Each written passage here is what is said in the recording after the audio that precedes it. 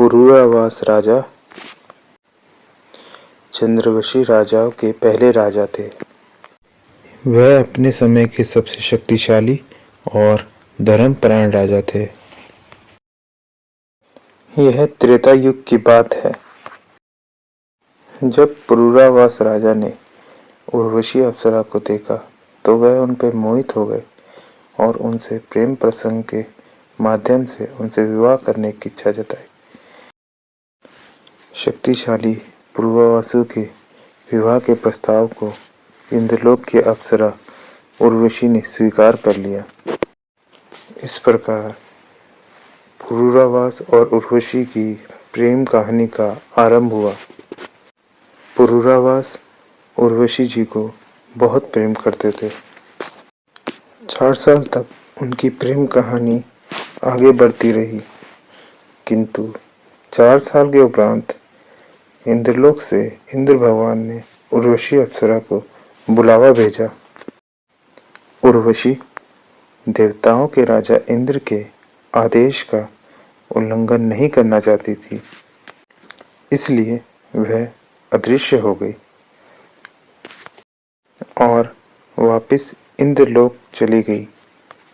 जब पुरूरावासु को इस बात का पता चला तो उन्हें बहुत दुख हुआ। वह वन वन भटक कर उर्वशी जी को खोजने लगे। यह देखकर उर्वशी ने एक हंस के रूप में उनको तालाब के निकट यह बात बताई कि वह धरती पर आकर उनसे मिलती रहेंगी, किंतु वह लंबे समय तक उनके साथ नहीं रह पाएंगी। इनके पश्चात इनके पुत्रों ने चंद्र वंशावली को आगे बढ़ाया, जिनमें मुख्यतः नाम आयु, नहुषा, ययाति और पुरु का आता है। महाभारत के अनुसार इन महान राजाओं को ही कौरवों और पांडवों का पूर्वज माना जाता है। अब हम आगे पुरूरावास और उर्वशी की कथा को एक और महाभारत की कथा से जोड़ने जा रहे हैं। तो बात तब की है जब पांडवों का 12 वर्ष का वनवास अंत होने वाला था और उनका 1 वर्ष का अज्ञातवास प्रारंभ होने वाला था। यह 1 वर्ष की अवधि का अज्ञातवास उन 12 वर्षों की वनवास से भी अधिक कठिन था, क्योंकि अगर उन्हें इन अज्ञातवास में किसी ने भी पहचान लिया तो उन्हें पुनः 12 वर्ष का वनवास फिर से काटना पड़ता। इस 1 साल के अज्ञातवास से सिर्फ पांडव ही चिंतित नहीं थे, देवताओं के राजा इंद्र भी चिंतित थे, क्योंकि वह जानते थे कि उनके पुत्र अर्जुन युद्ध कलाओं और अस्त्रों में निपुण है, लेकिन उनका व्यक्तित्व, उनका तेज एक आम आदमी से भिन्न है, जिसे उन्हें आराम से पहचाना जा सकता है। इसके अतिरिक्त देवता इंद्र को यह भी ज्ञात था कि इन 13 वर्षों के उपरांत एक भयंकर युद्ध होने वाला है, जिस युद्ध में अर्जुन के विरुद्ध महात्मा भीष्म, गुरु द्रोण, अश्वत्थामा और कर्ण जैसे योद्धा है, जो कि शक्तिशाली और दिव्य अस्त्रों के ज्ञाता है। इस प्रकार अर्जुन के लिए चिंतित होकर देवताओं के राजा इंद्र ने अर्जुन को इंद्रलोक के लिए आमंत्रित किया। जब अर्जुन इंद्रलोक आए तो इंद्र ने उनको यह सब बातें समझाई और उन्हें दिव्यास्त्रों के जातकों के पास प्रशिक्षण के लिए भेजा। जब अर्जुन पूर्ण तरीके से दिव्यास्त्रों के आवाहन अथवा उनके प्रयोग में निपुण हो गए, तब वह देवराज इंद्र से मिलने आए और उनसे विनती की कि वह धरती लोक पे पुनः जाना चाहते हैं। तब इंद्र भगवान ने अर्जुन को गंधर्व अस्त्र के बारे में बताया। यह संगीत और नृत्य का अस्त्र है, जिसकी प्राप्ति के लिए उन्हें चित्रसेन के पास भेजा।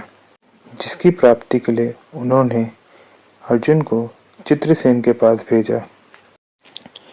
चित्रसेन नृत्य के महागुरु थे और देवलोक के सभा के उच्चतम नृत्यकार थे। अर्जुन ने एक शिष्य के भांति उनसे नृत्य अथवा संगीत वादक की कला सीखी। अर्जुन की एकाग्रता और एकाग्रचित्त प्रयासों से चित्रसेन बहुत प्रसन्न थे। किंतु महाकाव्य महाभारत के अनुसार कोई और भी था जो अर्जुन की तरफ आकर्षण महसूस कर रहा था।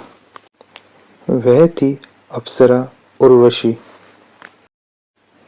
इंद्रलोक की बेहद सुंदर अप्सरा अर्जुन के तेज पर मोहित हो गई और उनको रिझाने का प्रयास करने लगी। जब अर्जुन ने पूछा कि वह क्यों उनके निकट आई है, तब उर्वशी ने अर्जुन के समक्ष उनका प्रेम प्रसंग रखा।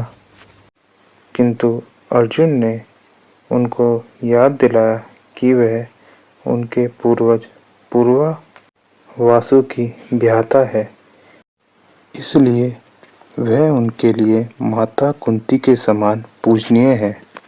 अर्जुन का यह मर्यादा पालन व्यवहार देखकर इंद्रलोक की अप्सरा उर्वशी को अपना अपमान महसूस हुआ, जिस कारण वह क्रोधित हो गई और उन्होंने अर्जुन को यह श्राप दिया कि वह जीवन भर नपुंसक रहेंगे।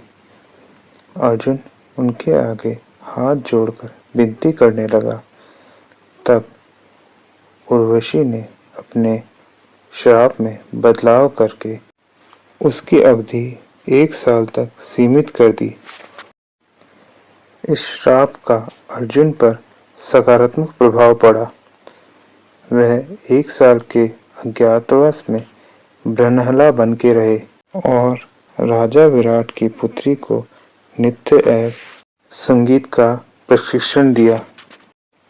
तो दोस्तों, हमें इस प्रसंग में राजा पुरूरवास, अप्सरा उर्वशी, योद्धा अर्जुन और गंधर्व चित्रसेन के बीच का संबंध के बारे में जानकारी मिली। इन्हीं बातों के साथ मैं इस ऑडियो का अंत करता हूँ। जय श्री हरि, जय श्री कृष्ण।